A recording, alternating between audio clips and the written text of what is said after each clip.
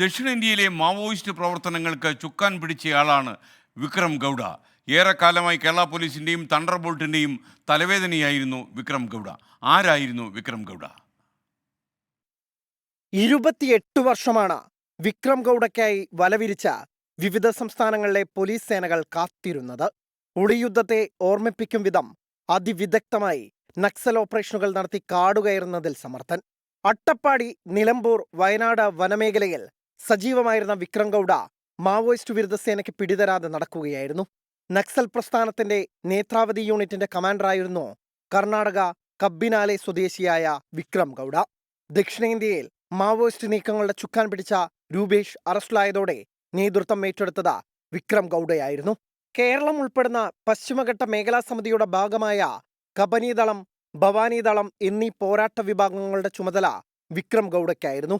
Maoist military operations മേധാവിയായ വിക്രം ഗൗഡയെ കണ്ടെത്തുന്നവർക്ക് ആന്ധ്രാപ്രദേശ്, കർണാടക സർക്കാരുകൾ നേരത്തെ പാരിതോഷികം പ്രഖ്യാപിച്ചിരുന്നു.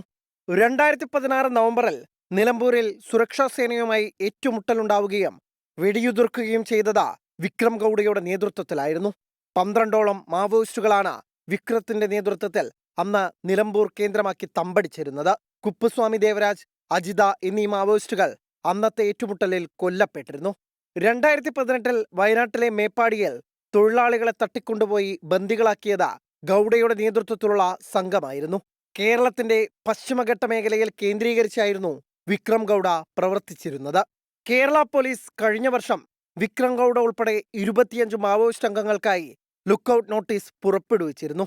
വിവിധ കേസുകളിൽ പ്രതിയായ ഇവരെക്കുറിച്ച് വിവരം നൽകുന്നവർക്ക് പാരിതോഷികം നൽകുമെന്നായിരുന്നു വയനാട് ജില്ലാ പോലീസ് പുറപ്പെടുവിച്ച നോട്ടീസിൽ വ്യക്തമാക്കിയത്.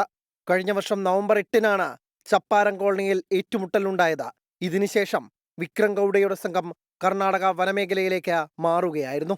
പോലീസിന് മുന്നിൽ കീഴടങ്ങാനുള്ള സാധ്യതകൾ അന്വേഷിച്ചു വരികയായിരുന്നു. ഉടുപ്പിയിലെ നക്സൽ പ്രവർത്തനങ്ങളെക്കുറിച്ചുള്ള രഹസ്യാന്വേഷണ വിവരങ്ങൾ ലഭിച്ചതിന്റെ അടിസ്ഥാനത്തിലായിരുന്നു തിരച്ചിലും തുടർന്നുള്ള ഏറ്റുമുട്ടലും. Resource desk 24.